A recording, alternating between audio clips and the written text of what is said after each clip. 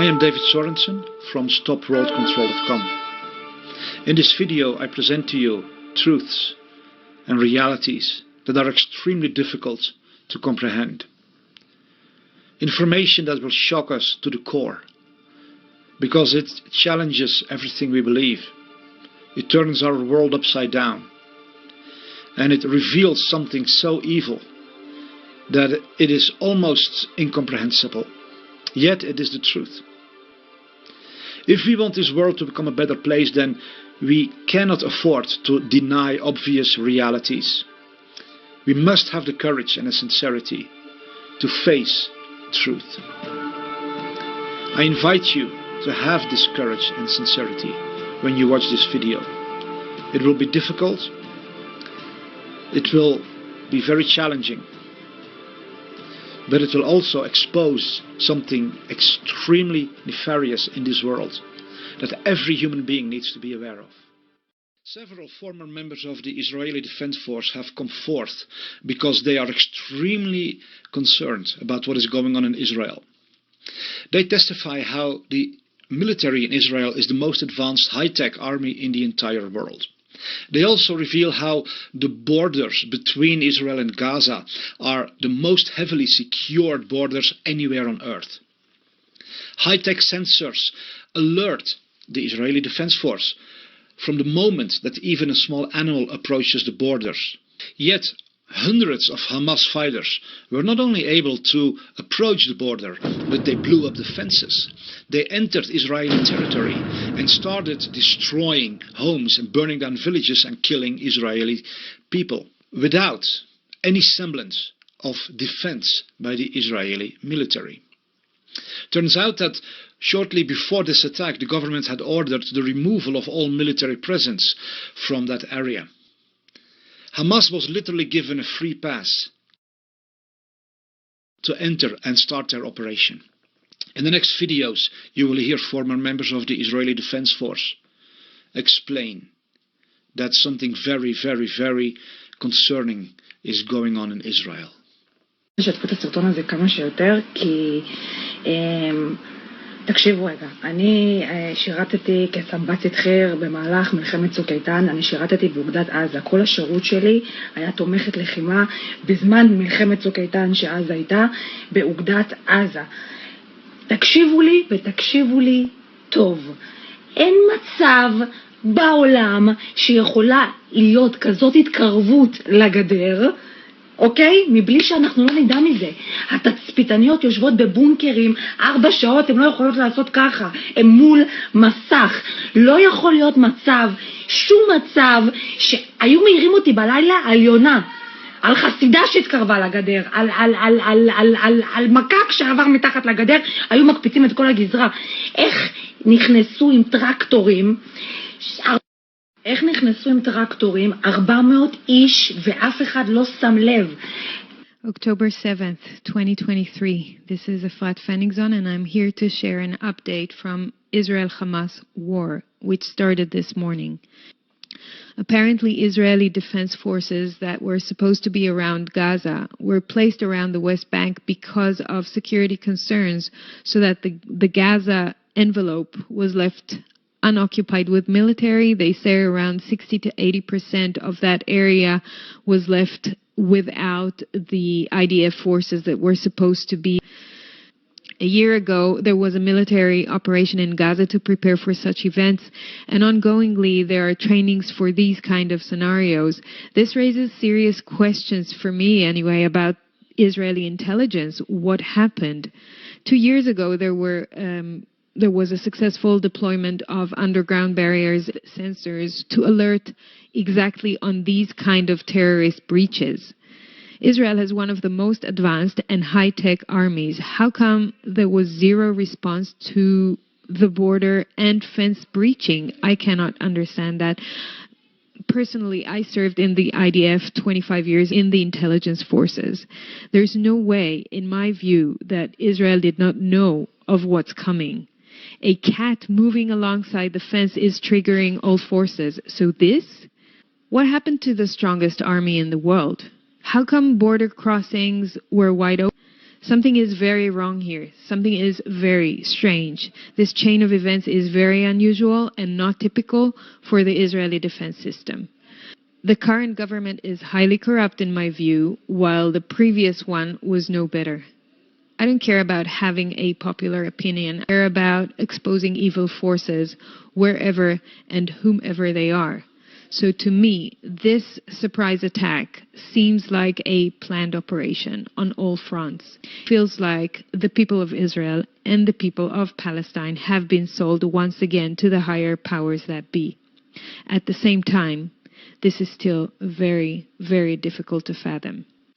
How come the strongest army, the strongest intelligence, the most sophisticated intelligence in the world, in Israel, makes it possible for few hundred Hamas fighters to Israel and make all of this happen, while in that area the Hamas fighters did not meet Israeli army or any defense or any protection or anything, as if the Israeli government was planning to offer the Hamas fighters this whole area on a silver plate.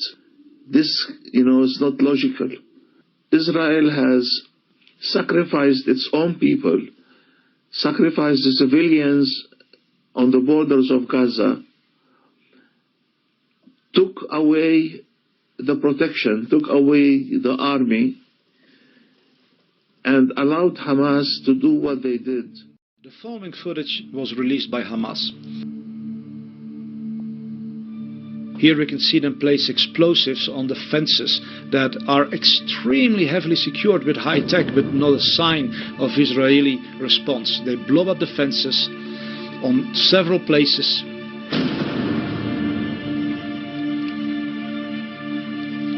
Here you have an aerial view of how they are breaking through and destroying the infrastructure.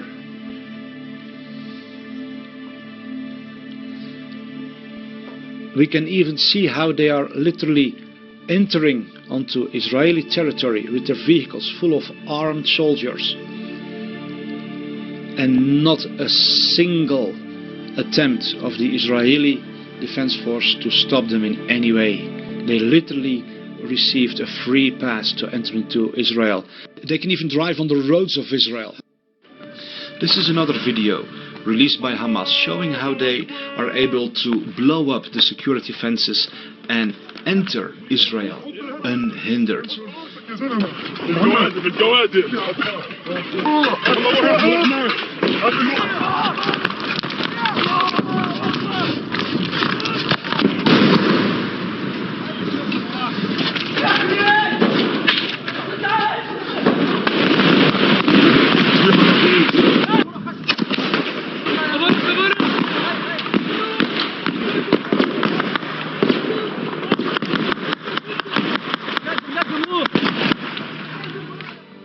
We have to understand that this is not some massive army invading Israel. It's basically a low number of terrorists. The incredible, powerful military of Israel could have stopped them in a breeze, but they didn't. So what is really going on here? Why was there no response from the Israeli Defense Force when armed soldiers from Hamas entered Israeli territory, even blowing up the fences and going deep into Israel and starting to burn down villages and kill people and kidnap people? Why was the Israeli military removed from that whole area right before this attack? Why was the mainstream news media instructed not to be honest to the public? And why did they wait for 12 hours to inform Israel? There is clearly something very, very nefarious going on here. A criminal operation at government level of the worst kind. The question is, what is their agenda? What is the purpose? I believe that the answer is given by this letter that was sent by the government coalition in Israel to Prime Minister Netanyahu. It shows that they demand an immediate invasion into Gaza and a complete seizing of control of that whole area that belonged for the past decades to the Palestinian people. And indeed we see that immediately Israel responds and does something that they have been wanting to do for decades. A complete all-out attack on Gaza, where 2.5 million innocent Palestinian people live. Families like you and me, mommies, daddies, children, grandfathers, grandmothers, just beautiful people. They are being bombarded, they are being murdered en masse. This is homicide of the worst kind.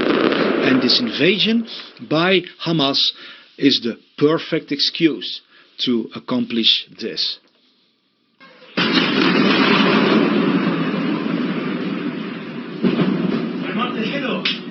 بس المربع كله المربع اللي قالوا يخلوه ضربوه. What every person in the world should know is that more than half of the 2.3 million people in Gaza are children younger than the age of 15. This means that Israel is now bombing more than 1 million young children. دمار شامل وواسع في هذا المكان. عشرات الصواريخ تقريبا 50 غارة كانت فجر اليوم على هذا المكان على بيوت المواطنين. موطني ذا الهباء. اسحب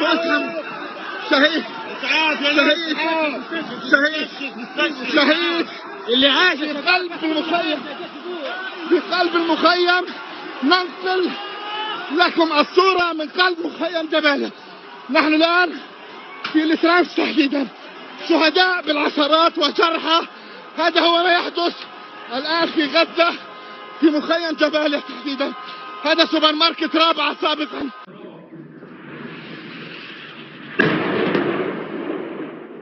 These are people who live there in Gaza, and now Israel is wiping them out. They are destroying thousands and thousands of families under the excuse of a Hamas attack. On top of that, Israel cut off all water, power, gas and food from these 2.5 million people. Here we can see utter darkness in the entire Gaza area. Hundreds of thousands of families have no drinking water, have no electricity, no gas and no food. What is really disturbing is that less than 2 weeks before Israel launched their attack on Gaza with the purpose of permanently eliminating it, Netanyahu showed a map during the General Assembly at the United Nations. This map is called the New Middle East. When you look at Israel, then the Palestinian regions have been completely removed. There is no sign anymore of any Palestinian presence on the map of the New Middle East that Netanyahu showed less than 2 weeks before they launched their attack on Gaza. With every false flag operation, it is always the same principle.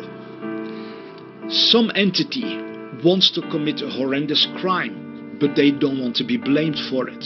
So they have to use another entity to shift the blame to. In this case, it is very clear. They use Hamas. Hamas is supposedly the bad actor here. And all Israel does, supposedly, is defend itself. The next question we then have is, why would Hamas cooperate with Israel? In the next clip, we probably find the answer. U.S. Senator Ron Paul exclaimed in the U.S. government that Hamas is actually an organization that is set up by Israel, financed by Israel, to work for Israel. You know, Hamas if you look at the history, you'll find out that Hamas was encouraged and really started by Israel because they wanted Hamas to counteract Yasser Arafat. What Senator Ron Paul said is confirmed by a man called Ronald Bernard. He worked at a high level in the so-called financial elites, the most wealthy and most powerful in this world, who control the world theater behind the scenes. He explains how terrorist organizations are essentially funded by the same sources that also fund the organizations that supposedly fight those terrorists. Achteraf gezien wist ik nog steeds niet alles, maar ik wist al wel veel. Want je klanten waren banken, hè, die wilden hun handen ook schoon houden. Ja.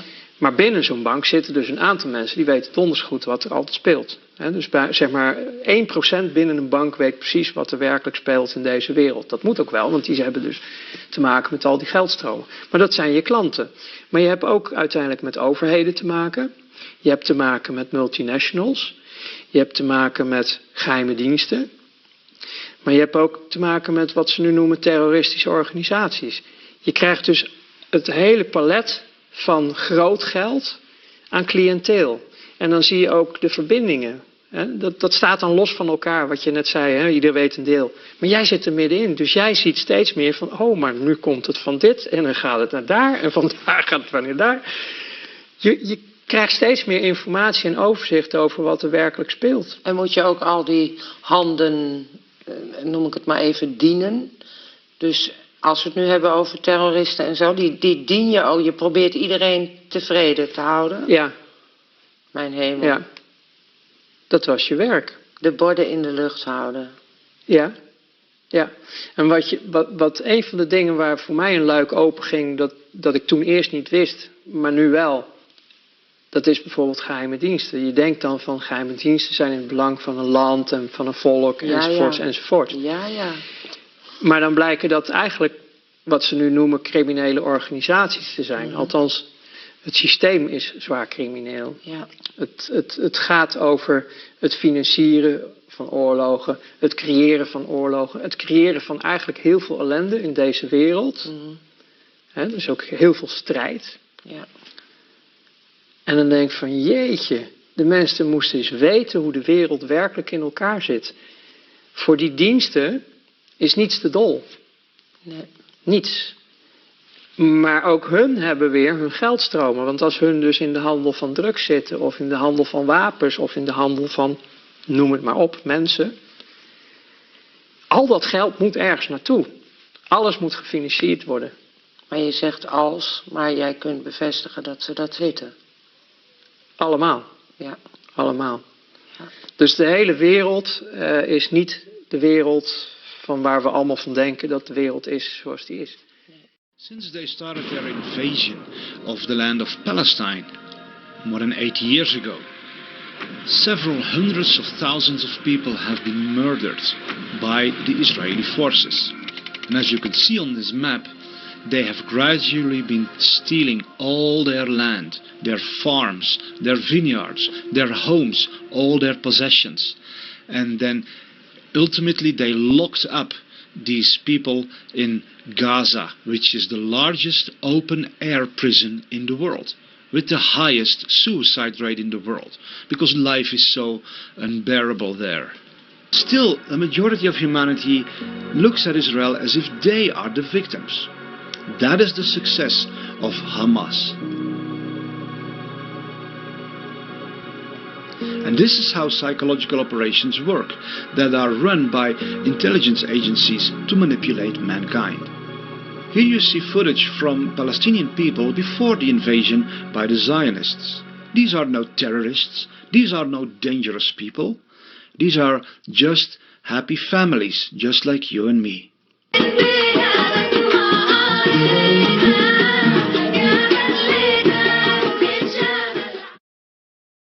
A former soldier from the Israeli Defense Force explains how they literally terrorized these millions of people on a daily basis. What most haunts you and your conscience about what you did in your time as a soldier? For me, it's the routine way we control the Palestinians, right? A Palestinian can wake up in the morning and not know if he will be at work on time, go to sleep, not know if soldiers will invade his home. We basically control the most simple and basic elements of life. It's designed to break down the population of Palestinians and show them who's in charge and humiliate them on a daily basis. Exactly. How can we make 2.5 million Palestinians in the West Bank to feel that they cannot lift their head up? We will make them understand that we control their lives. The segregated roads and the settlements and so forth, they exist all around the occupied territories. Military activity, home invasions, patrols, digital surveillance, they exist here and they exist all over the West Bank. The difference in Hebron is that in a very short walk, we can see examples of all of it. All of it. All of we it. saw all of it. The mindset that being a Jew means that you have some kind of a genetic connection to Abraham, that makes you a racist, because people who think that way say the Jews are better than the rest of humanity. They have the right to slaughter and murder and torture and imprison and rob everybody else because they are the chosen people. And that is exactly how the Pharisees were thinking. In Scripture we can read that they talked about other nations as being dogs. They said those people are animals. And now with the attack of Hamas on Israel, which is not really Hamas, you know, Hamas is financed by the same people who finance Israel, but the Israeli defense minister literally said those Palestinians, they are human animals. So that is the racist mentality of these people who think that being a Jew means that you are better than other people. אנחנו מטילים מצור מוחלט על העיר עזה. אין חשמל, אין מזון, אין מים, אין דלק. הכל סגור. אנחנו נלחמים בחיות אדם ואנחנו נוהגים בהתאם.